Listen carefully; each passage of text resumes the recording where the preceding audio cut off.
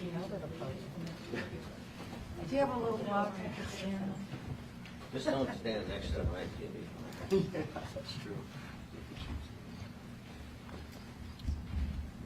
Good evening. My name is Mike Benner. I'm the Public Information Manager here at the Portland Police Bureau.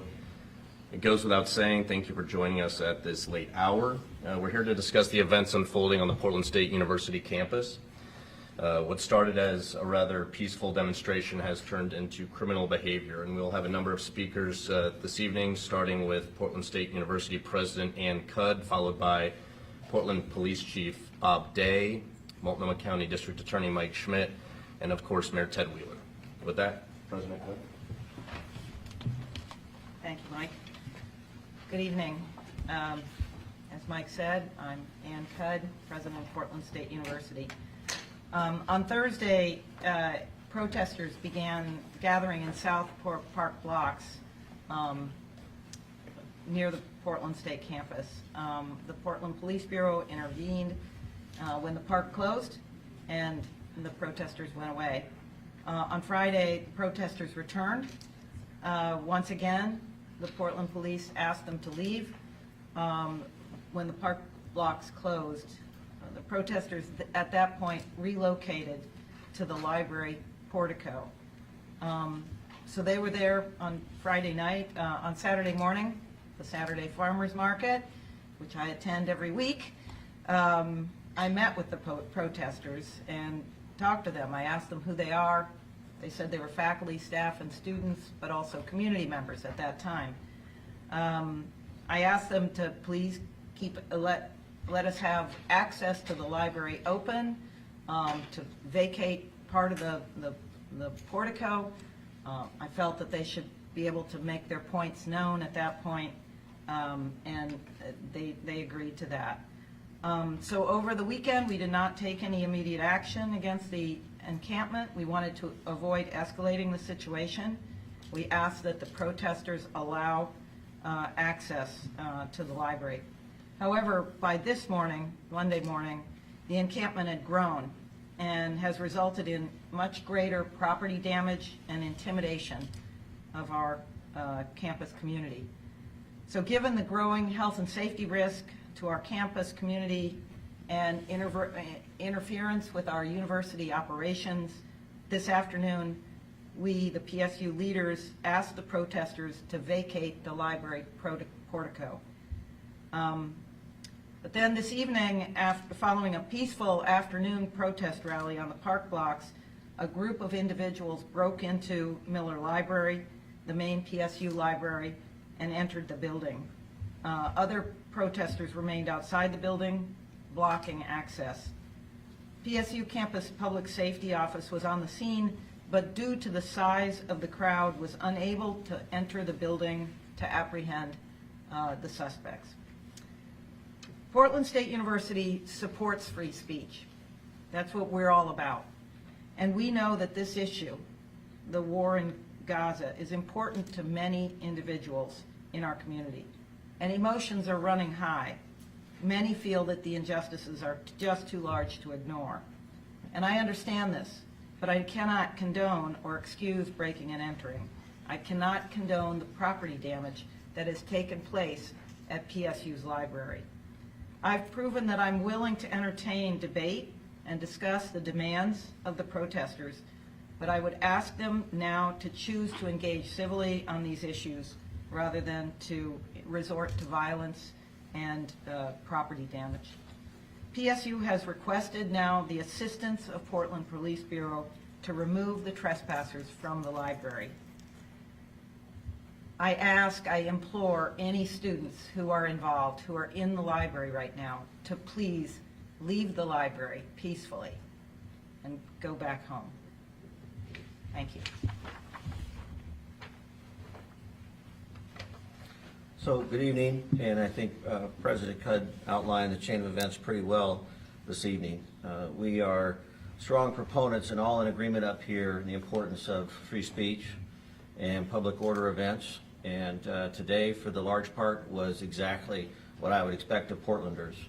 The Portland Police Bureau and the Police Department and the campus of Portland State University have been in constant communication, working together, and really allowing for these folks to participate in these expressions of free speech, intentionally not looking to escalate any of these events.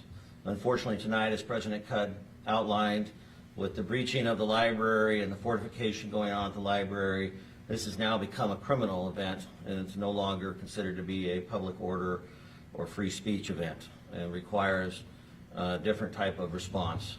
And so we'll be working closely in hand with the university police department, and our own personnel and neighboring agencies to develop a plan to best approach the situation in the hopes of de-escalating and resolving this with no arrests or no amount of force.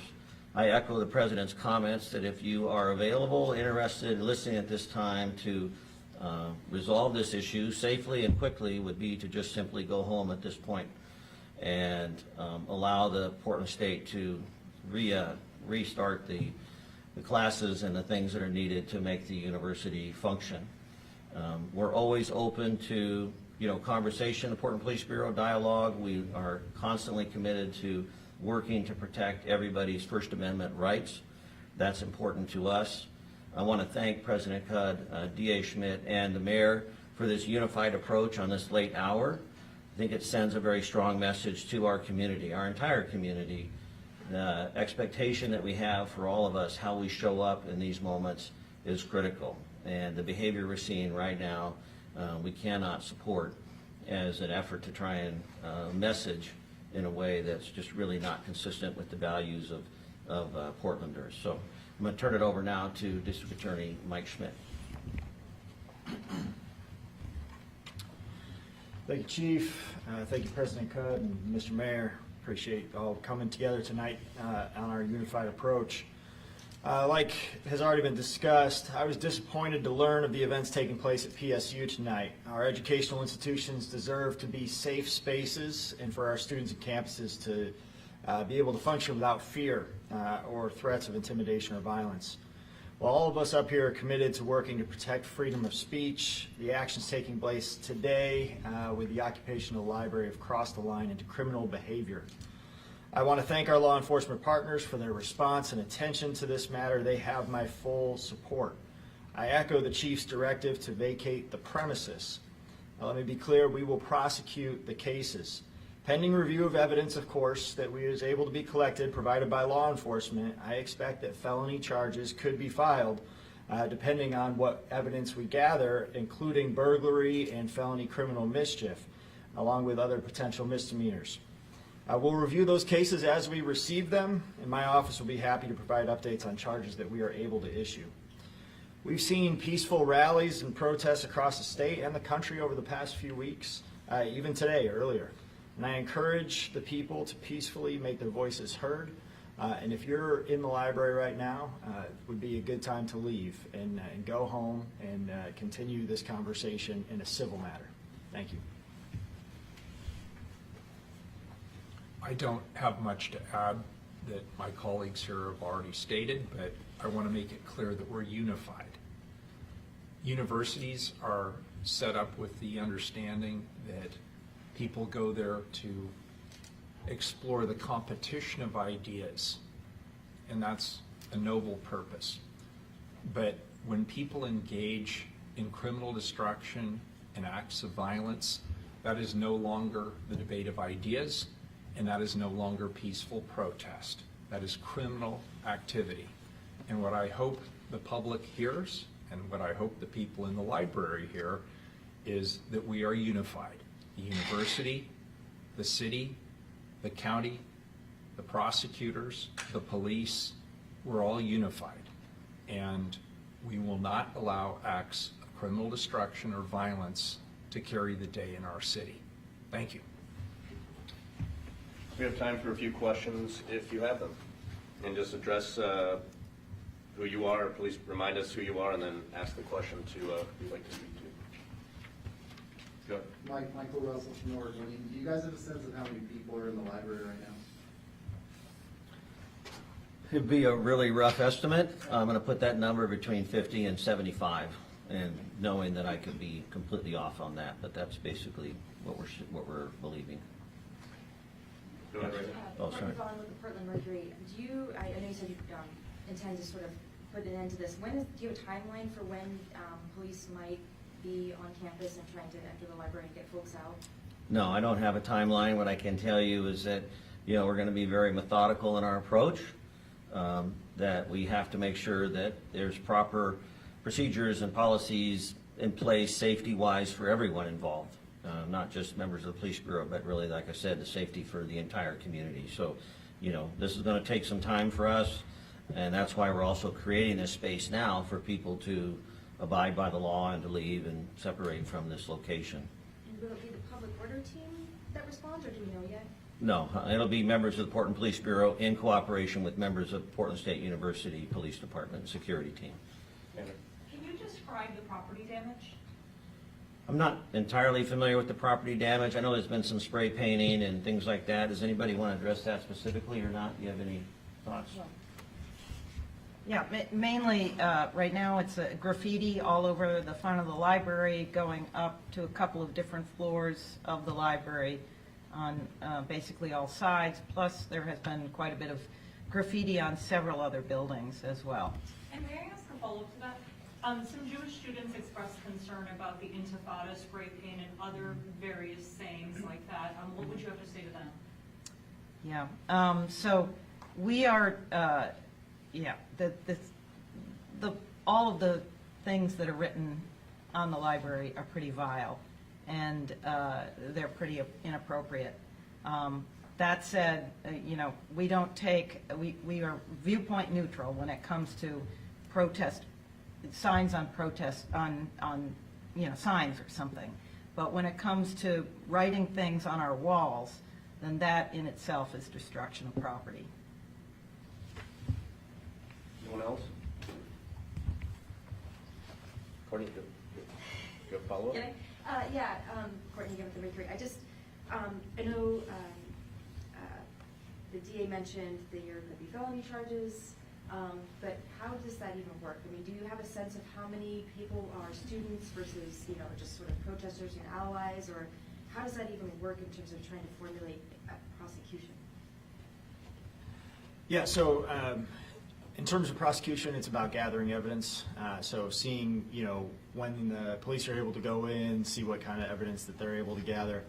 They will obviously write that up in the reports, document that, and then it'll be up to the lawyers in my office to review that. And if individuals can be associated with specific damage and things of that nature, then charges will be filed on those individuals.